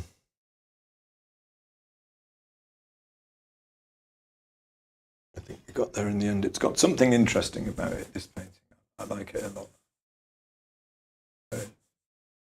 I'm looking for something to come out of the paintings at the moment, and this one has got it. I think this is coming out of this one. It's hanging in a kind of an odd subjective space somewhere between the reality of the actual subject and it just being paint and it being just kind of a creation of an atmosphere from the marks. I've just realised I'm shattered now. Now I've stopped. Thank you so much for coming, everybody. Thank you for all the wonderful conversations today in the chat. I've really enjoyed today's session. And I hope you did too. For anyone who's on the current workshop, I'll see you on Monday. For everybody else, you have a wonderful weekend. And I'll see you next week. If you were painting, don't forget to clean your brushes. Okay. See you all again soon. Bye for now.